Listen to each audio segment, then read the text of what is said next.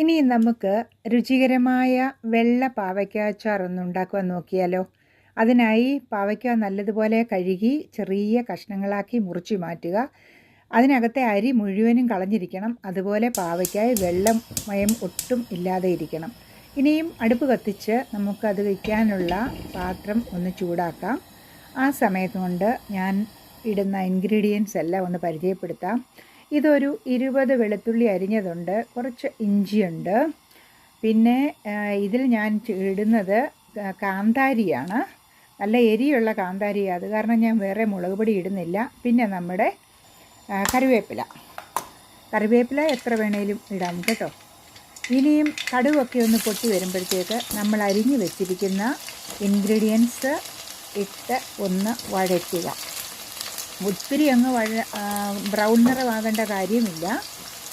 ഒരു ചെറിയ ബ്രൗൺ നിറമാകുന്നത് വരെ ഇതിനെ ഒന്ന് വഴറ്റി എടുക്കുക. തീയ് അധികം ഹൈ ഫ്ലെയിമിൽ വയ്ക്കാതെ മീഡിയത്തിൽ വയ്ക്കുവാനായിട്ട് ശ്രദ്ധിക്കണം.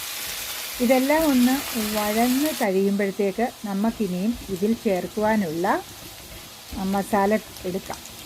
ഇതിൽ ഞാനിപ്പോൾ ചേർക്കുന്നത് ഒരു 2 സ്പൂണ് മഞ്ഞൾ, ഉലുവാപ്പൊടി, പിന്നെ കായപ്പൊടി. ഇത്രയും മാത്രമേ ഞാനിതിൽ ചേർക്കുന്നുള്ളൂ. ഞാൻ പറഞ്ഞല്ലോ, മുളക് പൊടി ഇതിനകത്ത് ചേർക്കുന്നില്ല. നല്ല എരിയുള്ള കാന്താരി മുളകാണ്. ഇതിനെ ചെറിയ ഫ്ലെയിമിൽ വെച്ചിട്ട് എല്ലാം കൂടി ഒന്നുകൂടി നമുക്ക് ഒന്ന് മൂപ്പിച്ചെടുക്കാം. ഇത് മൂപ്പിച്ചെടുത്ത് കഴിയുമ്പം നമ്മൾ അരിഞ്ഞു വെച്ചിരിക്കുന്ന പാവയ്ക്ക ഇട്ടിട്ട് നമുക്ക് അതിനെ എല്ലാം കൂടെ ഒന്ന് ഇളക്കി യോജിപ്പിക്കാം.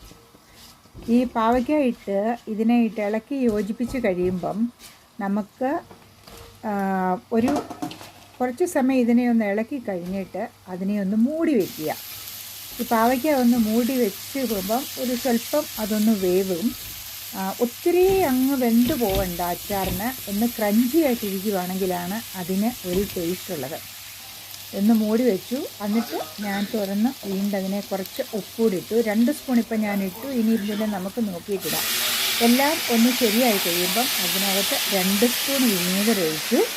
വീണ്ടും ഒന്നുകൂടി ഇളക്കി. അത് കഴിഞ്ഞ് ഞാനിതിനെ ഒരു ഒരു കപ്പിലോട്ട് മാറ്റുകയാണ്. കാരണം അലൂമിനിയം പാത്രത്തിൽ അച്ചാർ അധികം നേരം വയ്ക്കുന്നത് നല്ലതല്ലാത്തത് കാരണം ഞാൻ വേറൊരു പാത്രത്തിലേക്ക് മാറ്റി. ഇപ്പോൾ നമ്മുടെ രുചിയേറും വെള്ള പാവയ്ക്ക അച്ചാർ റെഡി. എല്ലാവരും ഇതൊന്ന് ട്രൈ ചെയ്ത് നോക്കുക. Okay, by.